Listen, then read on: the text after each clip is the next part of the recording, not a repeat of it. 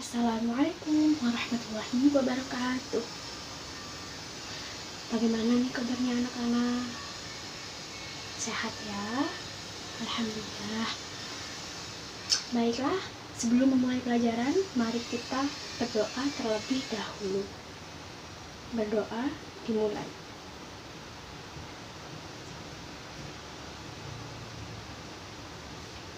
Selesai. Nah, sebelum masuk pelajaran nih, ada yang tahu sekarang membahas apa? Iya benar, sekarang kita akan membahas tentang pesawat sederhana. Pesawat sederhana itu adalah alat bantu untuk memudahkan pekerjaan manusia. Nah, contohnya itu seperti apa sih? Contohnya seperti gerobak, seperti gunting, seperti potong kuku, tutup botol, nah dan lain-lain, masih banyak ya. Nah, jadi kita langsung ke materi saja ya, biar cepat paham juga kaliannya. Dan ibu juga sudah membawa beberapa contoh dari alat-alat, dari tuas, dari katrol, bidang miring, roda berporos tuh. Oke, sekarang yang pertama itu ada tuas atau pengungkit. Nah, tadi yang pertama ada apa? Tuas atau pengungkit ya.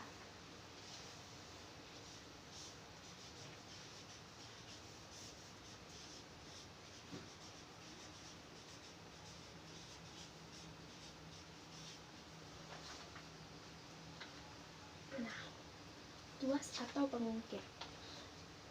Tuh, pada umumnya tuas atau pengungkit menggunakan batang besi atau kayu yang digunakan untuk mengungkit suatu benda. Nah, di dalam tuas atau pengungkit ini terdapat 3 titik. Yang pertama itu ada titik tumpu, ada titik kuasa, dan ada titik beban. Nah, tuas juga dibagi menjadi 3 bagian, yaitu ada tuas jenis 1, tuas jenis 2, dan tuas jenis ketiga. Apa sih bedanya? Nah, yang tuas pertama itu posisinya seperti ini, dimana titik tumpu berada di antara titik beban dan titik kuasa. Nah, gitu ya. Jadi contohnya seperti apa sih? Contohnya itu seperti gunting atau potong kuku. Nah, ini sekarang ibu bawa potong kuku. Jadi titik tumpunya itu ini, titik bebannya adalah ini ketika kita memposisikan kukunya, dan titik kuasa ada ini. Titik kuasa itu titik dimana kita dapat memberi gaya kepada beban. Nah, seperti itu ya. Contohnya itu seperti alat pencabut paku, itu juga jungkat-jungkit, dan lain-lain. Kemudian ada tuas jenis kedua. Nah, tuas jenis kedua ini posisinya adalah yang di tengah itu titik beban. Nah, yang berada di tengah adalah titik beban, di mana titik beban berada di antara titik tumpu dan titik kuasa. Itu ya. Contohnya seperti apa sih? Contohnya itu seperti alat pemotong kertas, gerobak beroda 1, pembuka tutup botol. Juga termasuk ini ya, ini adalah pemeras jeruk. Nah, dimana nanti kan jeruknya ditaruh di tengah. Nah, itu merupakan titik beban, tempat beban. Dan di sini adalah titik tumpunya. Di sini titik kuasanya. Jadi titik beban berada di titik kuasa dan titik tumpu. Seperti ini ya. Titik kuasa itu dimana kita dapat memberikan gaya kepada benda tersebut. Nah, sampai sini paham ya? Apakah ada yang mau ditanyakan? Oke, kalau tidak ada, kita bisa lanjut ke tuas golongan ketiga. Nah, tadi yang pertama titik tumpunya yang di tengah, yang kedua titik beban, berarti yang ketiga adalah di mana titik kuasa berada di antara titik beban dan titik tumpu. Nah, contohnya seperti apa sih? Seperti staples, sapu, dan pinset, juga lain sebagainya. Contohnya sekarang ibu bawa staples. Nah ini ya, dimana titik kuasa berada di antara titik tumpu dan titik beban. Di sini tempat beban diletakkan, kemudian yang di tengah ini dimana kita dapat memberikan gaya kepada beban, kepada benda, dan di sini adalah titik tumpunya. Nah, paham ya anak-anak ya? Apakah ada yang belum paham? Nah, dari semua benda yang tadi itu kan tujuannya apa? Tujuannya adalah untuk memudahkan manusia dalam melakukan sesuatu. Jadi manusia gak usah repot-repot bekerja manual karena ada alat-alat yang dapat membantu mereka.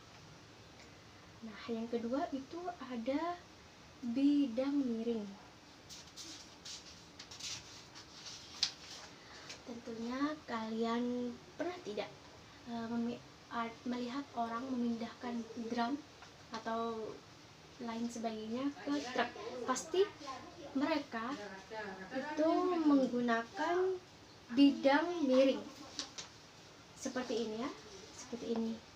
Nah, papan ini merupakan bidang miring yang dapat memudahkan drum untuk dinaikkan ke dalam truk ya. Yang kedua apa anak-anak? Bidang miring.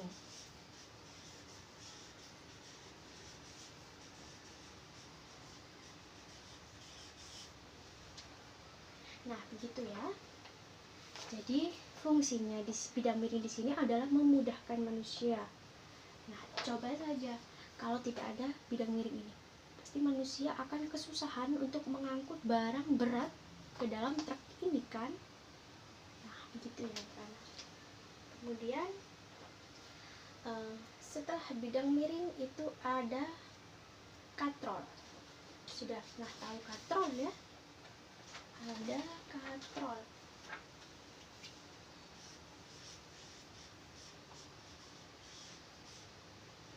Nah,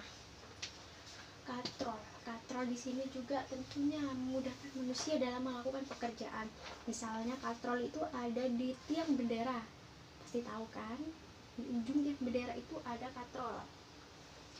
Nah, di sumur juga ada. Contohnya katrol itu terdapat 4 macam. Yang pertama itu ada katrol tetap, ada katrol bebas, ada katrol ganda atau majemuk, dan ada blok katrol. Nah, kita bahas satu-satu ya. Katrol tetap. Nah, katrol tetap ini adalah katrol yang posisinya tidak berpindah pada saat digunakan. Contohnya yaitu sumur. Nah, di sumur itu pasti menggunakan katrol seperti ini. Jadi ini tetap tidak berpindah karena ini ya, satu ya katrolnya ya. Nah, juga ada di tiang bendera. Nah, itu merupakan katrol tetap. Kemudian ada katrol bebas. Katrol bebas ini kedudukan atau posisi katrol berubah dan tidak dipasang pada tempat tertentu. Jadi tidak dipasang tetap seperti ini. Katrol bebas itu seperti katrolnya bisa berjalan. Contohnya itu seperti kita temukan pada alat-alat pengangkat peti kemas di pelabuhan. Nah, gitu. Yang ketiga yaitu ada katrol majemuk atau katrol ganda. Katrol majemuk merupakan perpaduan dari katrol tetap dan katrol bebas. Nah, kedua katrol ini dihubungkan dengan tali. Makin banyak katrol yang digunakan, makin kecil gaya yang dikeluarkan. Jadi, makin banyak katrol yang ada pada suatu tempat tersebut, jadi dapat lebih memudahkan kita untuk mengangkut barang-barang. Dan usaha yang kita keluarkan itu tidak banyak tuh. Dan yang terakhir yaitu ada blok katrol. Blok katrol seperti ini ya. Nah, blok katrol ini adalah 2 buah katrol yang dipasang secara berdampingan pada satu poros. Nah, biasanya blok katrol ini digunakan untuk mengangkat beban-beban yang sangat berat. Nah, itu ya anak-anak ya. Jadi katrol ini juga dapat memudahkan kita ketika kita menggunakan katrol. Jadi usaha yang kita gunakan, gaya yang keluar dari kita itu semakin kecil. Jadi kita mudah melakukan sesuatu. Nah, kemudian yang keempat itu ada roda berporos.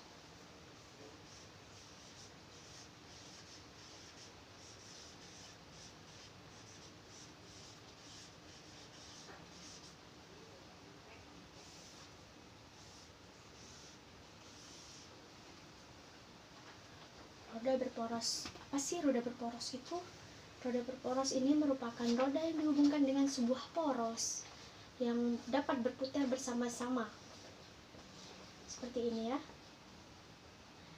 Nah, roda berporos merupakan salah satu jenis pesawat sederhana yang banyak ditemukan pada alat-alat seperti setir mobil, setir kapal, roda sepeda.